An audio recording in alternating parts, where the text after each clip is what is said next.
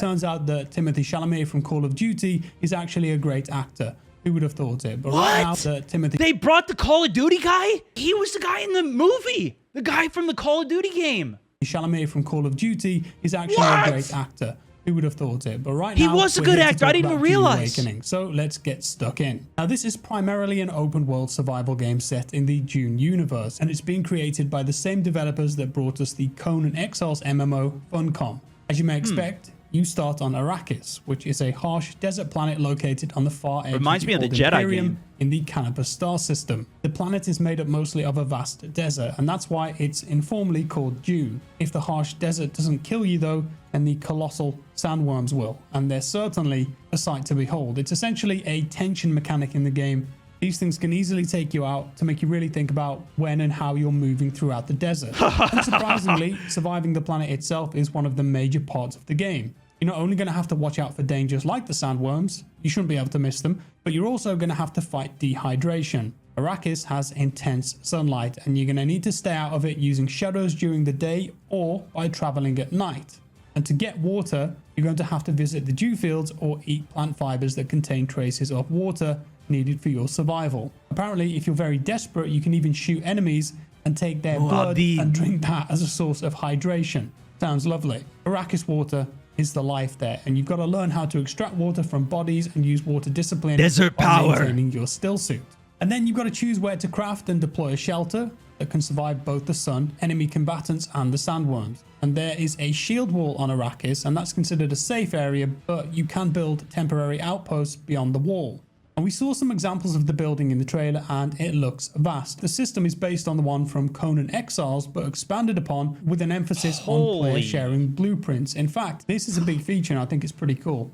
Once a player has built their base, they can save the entire thing as a blueprint and sell it to other players.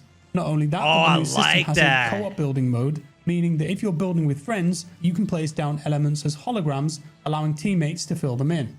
Usually I just have my teammates do all the building on all of these survival games, and then I just enjoy the benefits. But if I could just go get somebody else's blueprint, you guys send me one, that makes it way more interesting to me for a survival game. Or I could just tweak it a little bit. And I don't know if I'm more of a efficiency guy than cosmetic. Some user-friendly improvements to the old system.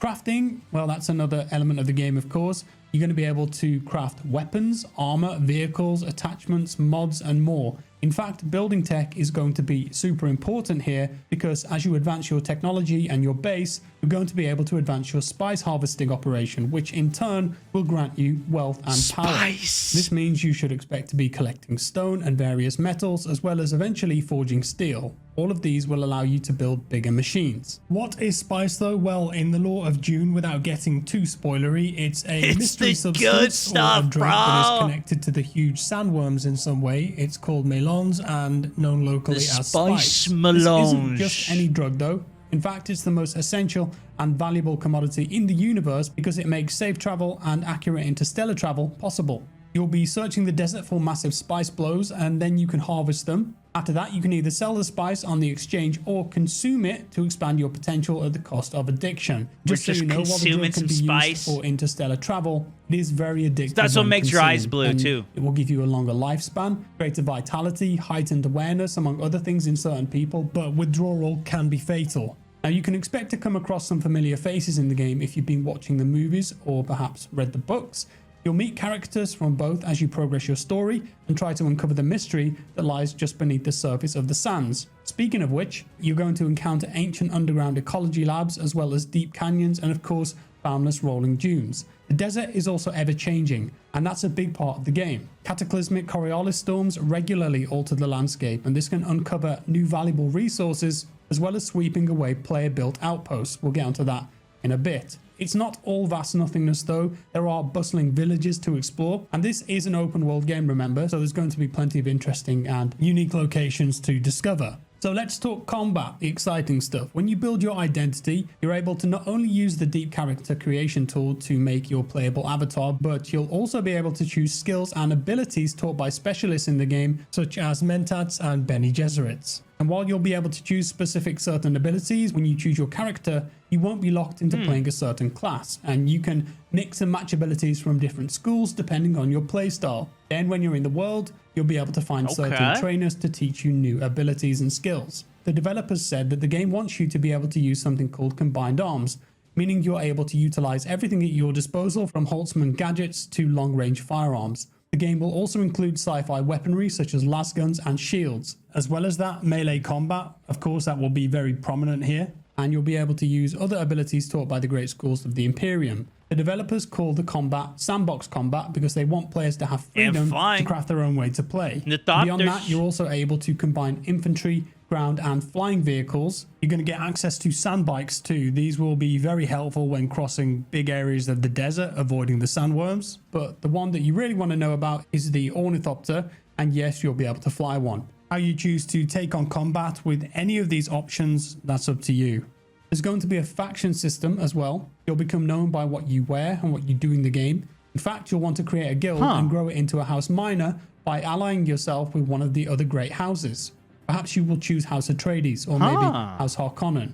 The game wants or aims to bring players into the political fight on Arrakis by first starting them off as a survivor in the desert, but then throughout the game progressing them into a high-ranking Baron, if that's what you want to be. Controlling the spice and building your empire is the way to ultimate power. And it looks like you're going to need all of that power that you built up when it comes to the late game, which will see you travel deep into the desert to the player versus player area. Every week, a huge storm will change certain areas on the map, which in turn will uncover new elements such as ruins, buildings, crashed ships, and of course, bury other ones. It's a harsh environment. And this area will have schematics, items for crafting, and so it's just an area that's going to be designed for PvP? In an open world game, I mean, that makes me think of like the Division's Dark Zone, where you would go to a specific place, try and fight for resources, and exfil it out. It does make me a bit concerned of like how good the story is actually going to be, but it does seem interesting with the faction element to it. But you'll have to beat other players to these things or fight them for them. At the end of the trailer, they show all sorts of vehicles and infantry getting into a big scrap in the middle of the desert. I'm imagining they're fighting over some massive resource that's just been uncovered or dropped in there. That could be pretty exciting and interesting to take part in. Dude. 1, 2, 3, 4, 5, 6, 7, 8 Thopters. We got some of these tanks out there, infantry. This is wide open though. There's not a lot of cover. Dark Zone vibe going on there, perhaps. That's what I said. Flamethrowers and tanks. Count me in. Wrapping things up, while everything about the game sounds promising so far, I'm glad to hear that the studio isn't in a rush to release it. They've had plenty of betas, and creative director Joel Bilos said that the team are planning to run more betas for the game for several months, and they plan on inviting more people over time, but he did say that they have no intentions of rushing the game out there, and it will take as long as it takes before it's in its 1.0 release. Visually, I think the game looks nice, the environments in particular, and you guessed it, yes, it's running on Unreal Engine 5. Yeah! 5.2 to be exact at the moment. So they've got some cool instantly stuff best game ever, right? Just because Unreal Engine 5. And buzzword. The level of detail stuff. So they've got some really awesome looking vistas and rock formations in the distance and up close. The fidelity scales and the performance is supposed to hold up too. As of right now, no release window, of course, as we just talked about. And the game will come out on PlayStation 5, PC, and Xbox Series X and S. But definitely one to look out for if you're into this kind of survival game. Or maybe you're just a big fan of the Dune universe in general. It appears that with Dune Awakening, they're crafting a game that is taking a lot of the source material, implanting that into the gameplay, and visually, aesthetically, very similar to the new Dune movies. With that said, that's all for today, folks. Do let me know your thoughts down below. Thank you for watching. Subscribe if you're new, and I'll see you next time. Bye-bye. I'm always worried whenever a game comes from like the movie universe and goes to a console or PC, whatever. They make a game out of it because a lot of times it just doesn't satisfy what you're really hoping out of it. But this actually sounds really good. The problem is we haven't seen the gameplay and the rest of it. And I tell you what, the number of trailers that we have seen at this point that look so good before the resulting gameplay that we end up playing afterwards, that I am going to stay skeptical. However, the amount of resources and what they put into the expanse of the movies for this, if they do a similar effort for this, even the Star Wars games that we ended up playing, like Battlefront, whatever, the core gameplay, a lot of that was really good, but then they have an entire pay-to-win element in the game that ruins the actual gameplay loop, and now nobody cares about it. It flops. Everybody's pissed. Nobody plays it. Let me know what you guys think, and give it a like if you enjoyed. There it is. Check out Jack as well. This dude is a legend. Go subscribe to him. I'll link his video here as well for you guys.